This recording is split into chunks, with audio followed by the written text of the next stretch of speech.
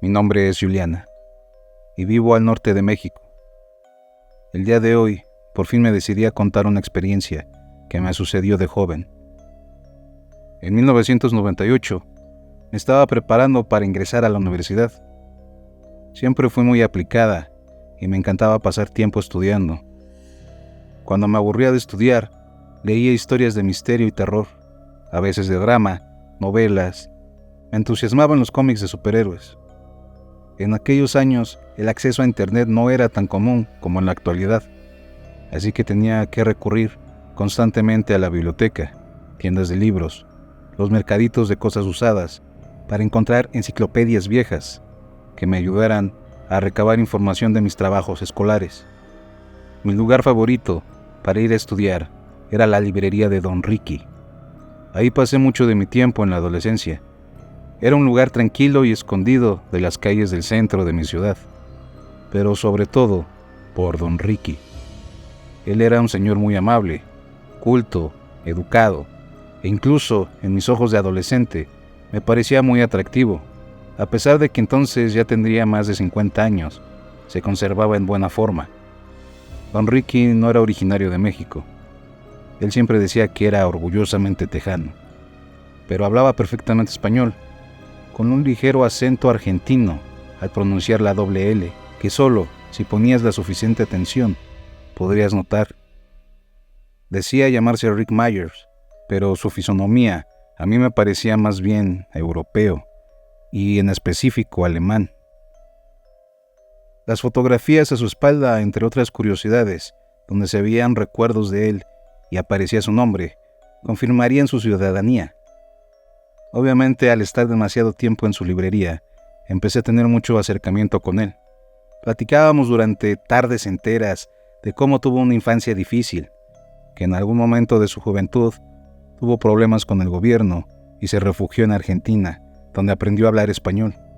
Según lo que me contaba Don Ricky, él era un soldado de la Marina estadounidense, que por un malentendido se le acusaba de crímenes de guerra.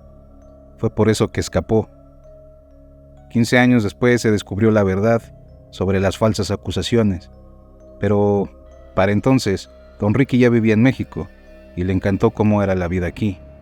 Decidió no regresar a Texas y prefirió traer a su familia para acá. Empecé a acudir a la librería desde el 94, prácticamente empezando la preparatoria. Tras 4 años de ir constantemente, Don Ricky me empezaba a percibir de una manera familiar, como una sobrina o algo así. Para mí, también era como un tío. Él me decía que veía en mis ojos la curiosidad, la fascinación por tratar de entenderlo todo, que igual era él a mi edad, pero también siempre me insistía en que tuviera mucho cuidado, que no siempre saber la verdad de las cosas era algo necesariamente bueno, que el mundo nunca estará preparado para entender la realidad. Aquellas palabras evidentemente despertaban en mí mucha más curiosidad, así que durante mucho tiempo insistí que me explicara un poco más a lo que se refería. Don Ricky en un principio se resistía, pero con el pasar de los años me empezó a tener cariño y poco a poco me mostró cosas que en efecto hubiera sido mejor no conocer. Comenzó por contarme la verdad de su vida.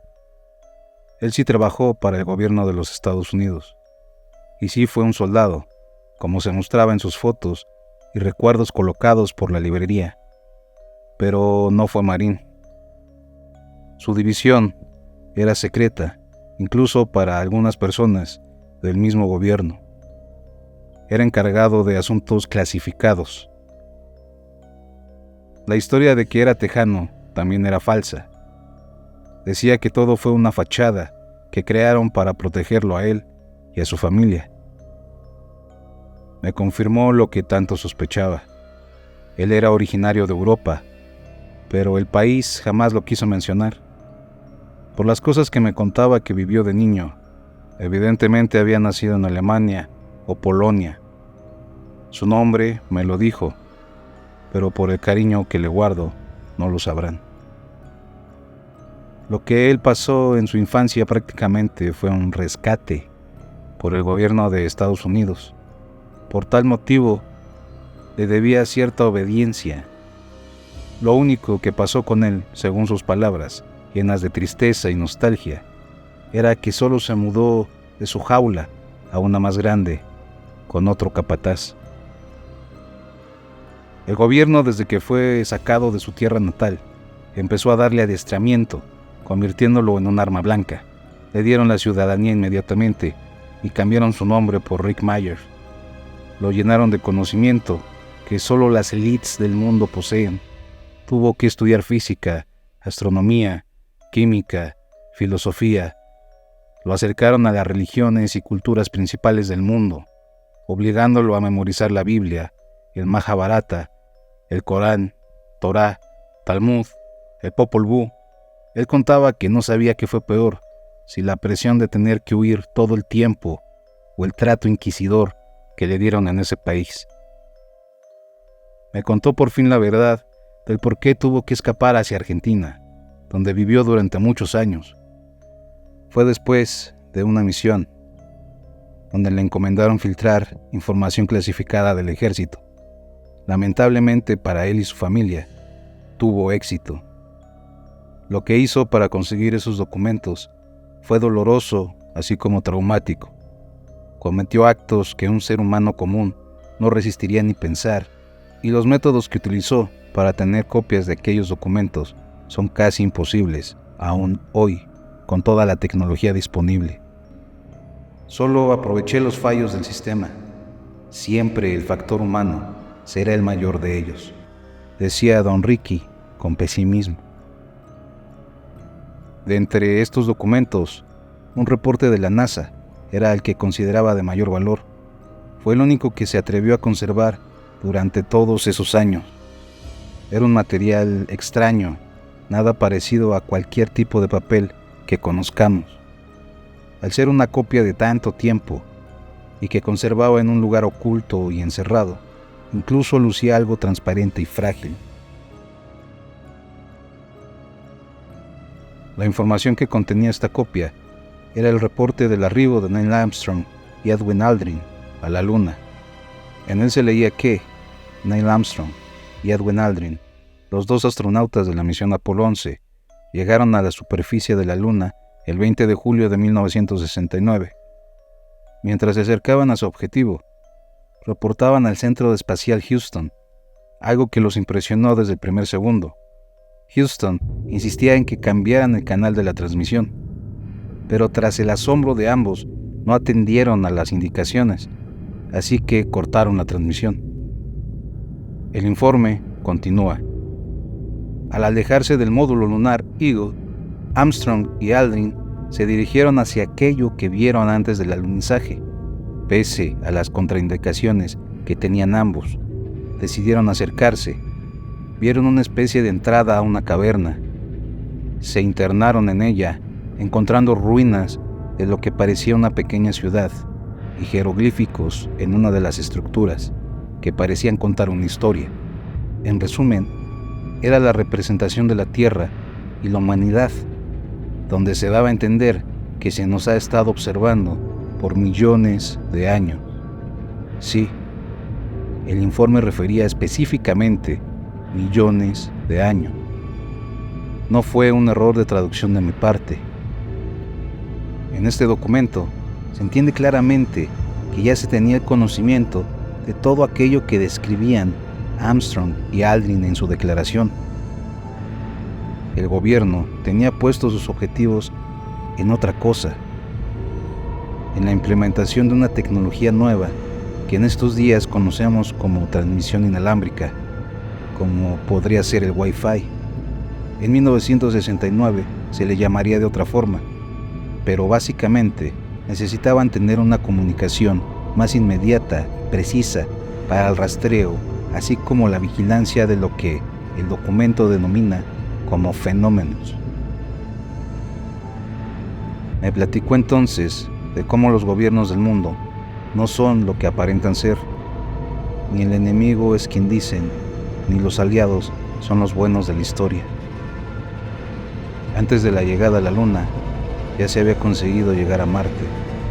Un trabajo conjunto casi impensable de varias naciones, que por un lado se mostraban estar en conflicto, pero tras la distracción que la guerra generó, se estaba llevando a cabo un plan mucho más ambicioso.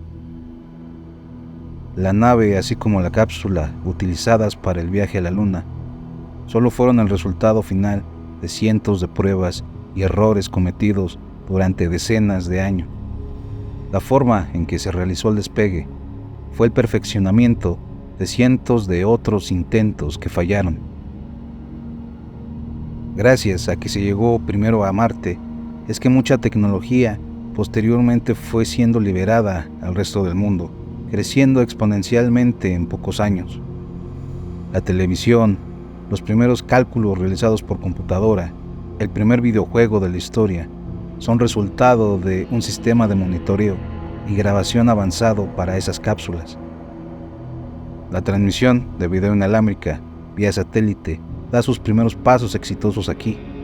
La tecnología supersónica con la que hoy cuentan los aviones de los ejércitos del mundo, las primeras pruebas atómicas, entre otras cosas, al contrario de lo que se nos ha hecho creer, son resultado de estos viajes, liberando esta tecnología al mundo muy lentamente. No es casualidad, por ejemplo, que tantas mentes brillantes como Nikola Tesla o Jacobo Greenberg se diga que mueren jóvenes o que simplemente desaparecen. La realidad es que son llevados a un lugar donde se aprovechan sus habilidades y conocimientos para fines que solo unos cuantos conocen. De entre todo este entretejido de mentiras contadas al mundo y verdades disfrazadas, se conformaría oficialmente en 1950 un grupo de líderes mundiales y empresarios. Su objetivo fue establecer un gobierno único y controlar la economía, la política y la sociedad de todo el planeta. El plan se dividió en varias fases, cada una diseñada para avanzar hacia el objetivo final sin despertar sospechas, aunque hoy en día estos grupos ya no son nada discretos, como se ha podido observar en cientos de eventos deportivos, como en los más recientes Juegos Olímpicos y en general en los medios. Hoy estamos presenciando la parte cúspide de este proyecto, la fase 4, implementación, que va del 2020 al 2050, establecer un gobierno único con una moneda global que ya no será física, y un ejército internacional. Se implementarán tecnologías de vigilancia y control como chips de identificación y redes de inteligencia artificial. Las personas del mundo, cansadas de conflictos y crisis, aceptaremos el control como una solución a cambio de la tranquilidad. Don Ricky un día se despidió de mí. Yo estaba planeando mi graduación. Lo último que me dijo fue que tenía que moverse a otro lugar, que había llegado el momento de su retiro. Sus hijos ya estaban seguros. Su esposa había fallecido unos meses antes. Yo fui una de las pocas personas que acudió a darle el pésame. Esa fue la única vez que conocí su casa. Era grande y con todas las comodidades posibles. Un lugar que alguien que solo se dedica a vender libros no podría costear. Su esposa estuvo muy enferma en sus últimos 3 años de vida. En su cuerpo se alojaba una extraña bacteria que hacía que tuviera que estar en un lugar estéril, completamente aislado, a una temperatura controlada. Esta bacteria literalmente devoraba el cuerpo de su esposa desde dentro y era mucho más agresiva con el calor. Se fortalecía con las bacterias y virus comunes de un entorno cotidiano, lo cual hacía que tuvieran que venir médicos especialistas a asistirla en su propia casa, ya que el hecho de permanecer en un viaje de automóvil por unos pocos minutos podría comprometer su salud. Don Ricky desahogó su dolor hablando muchas veces conmigo de lo que tenía su esposa y lo duro que era verla sufrir. Ella le contaba que literalmente sentía cómo era devorada desde sus entrañas hasta los huesos. Don Ricky decía que ese fue el precio que tuvo que pagar por las atrocidades que cometió en el pasado, pero lo justo hubiera sido que él sufriera ese infierno. Su esposa pasó por lo peor durante sus últimos meses de vida, ya que tenían que mantenerla abierta del estómago de par en par. La actividad interna en su intestino, aunado al calor que su cuerpo producía, era la forma en que esa maldita bacteria pudo evolucionar tras estar controlada por un año. Al final, su esposa decidió que esa ya no era una vida digna. Le dijo a don Ricky que lo último que quería hacer era caminar de su mano, en la playa, sobre la orilla del mar. En efecto, aquel atardecer en la playa fue lo último que vieron juntos. Su librería inesperadamente me la cedió. Me pidió encarecidamente que solo le diera tiempo para deshacerse de las cosas que ya no servían y que después podría disponer de ella.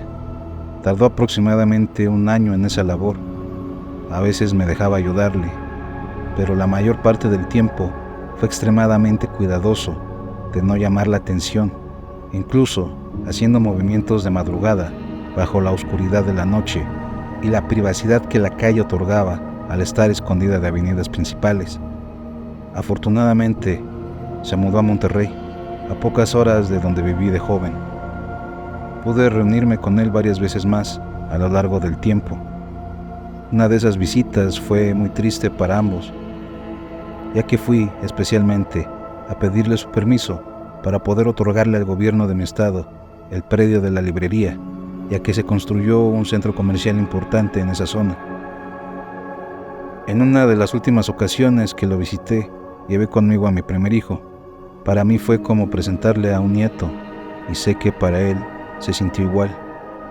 En 2020, recibí una llamada de don Ricky, diciendo que se sentía cansado, que fuera a despedirme de él, y así lo hice. Cuando lo vi, no noté nada que me hiciera pensar que estuviera enfermo, pero si él sentía que eran sus últimos días, tenía que creerle, porque efectivamente así fue. Hoy siempre llevo las enseñanzas que me dejó y que a veces ignorar la verdad no es tan malo. No olvides seguirme en mis demás plataformas: Instagram, Rojo Edición, Facebook, Alejandro Rojo. Así también sigue todo el contenido de Infranocturno. Hasta el siguiente.